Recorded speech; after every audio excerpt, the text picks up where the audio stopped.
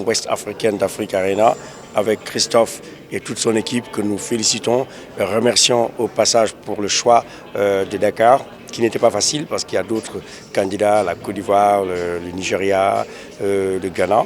Cela montre aussi que le Sénégal est en train de faire des efforts considérables au cours de ces 2-3 dernières années pour être un hub régional en termes d'innovation, de soutien aux start-up, aux PME et TPE. Le financement des start-up, des PME et l'innovation vont à 90 ou 95% en Afrique anglophone, États-Unis, Nigeria, Afrique du Sud, Kenya, Ghana, Égypte et un peu tout ce qui est les pays de l'Afrique anglophone.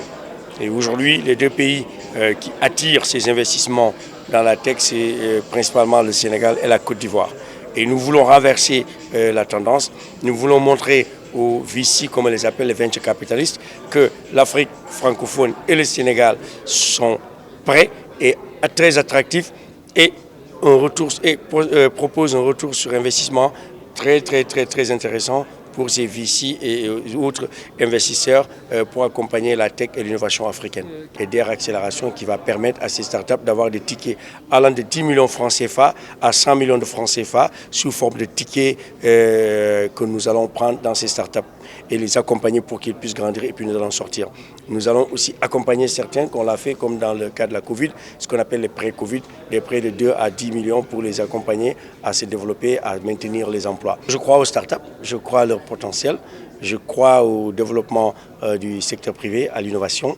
Je crois que, et ça c'est des débats qui ont lieu depuis longtemps, pourquoi l'État met de l'argent. Il y a deux écoles, certains qui disent que l'État ne doit pas investir, l'État doit passer par des fund managers. Mais aujourd'hui, si on regarde la plupart des unicornes ou licornes, comme vous voulez, qui ont été créés, prenons des exemples comme Alibaba, c'est quoi? C'est l'État chinois qui a mis l'argent. En France, Orange, Alcatel-Lucent, Thomson, tous ces gens-là, c'est d'abord l'État français qui était derrière. Donc pourquoi pas les États africains mettre de l'argent, 1 million, 2 millions, 3 millions d'euros pour créer de futurs champions dans le digital, dans la réalité virtuelle, dans tout ce qui est, par exemple, l'utilisation de la blockchain pour le cadastre. L'idée, c'était de faire un sommet pour toute la région, Afrique de l'Ouest, et on a décidé de travailler avec le Sénégal. Le fantastique travail que fait le ministre, son équipe de la DER, pour nous, un leadership tel que celui que démontre le Sénégal dans le secteur tech en Afrique de l'Ouest. Très actif le ministre. Je tiens à souligner que c'est la première fois que j'ai ça dans ma carrière. Un ministre du digital d'un pays qui vient écouter, échanger, donner son avis et vraiment faire preuve d'un très grand leadership pour pousser les investisseurs à venir dans la région. Parce qu'on a vraiment besoin de ce volontarisme pour faire venir des investisseurs américains, européens, français, sud-africains, nigérians. Donc là, on a fait venir des investisseurs de toutes ces régions. Et c'est que le début. Alors on a fait ça dans une période très difficile, hein. On est toujours en période Covid, donc c'est très difficile pour les gens de voyager. On a quand même réussi à faire cette opération en un temps record. On a monté ça avec l'ADER en quelques semaines et c'est un grand succès. Vous avez pu le voir au travers de la cérémonie de clôture et l'enthousiasme des entrepreneurs.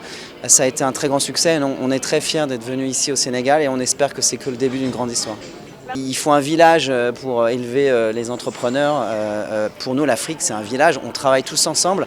Donc, un des points clés auxquels a participé le ministre, c'est qu'on a une alliance qui s'appelle le Digital Collective Africa, qui regroupe 70 organisations, investisseurs, corporates, réseaux d'entrepreneurs qui travaillent ensemble sur des outils d'investissement pour accélérer l'innovation et l'investissement en Afrique.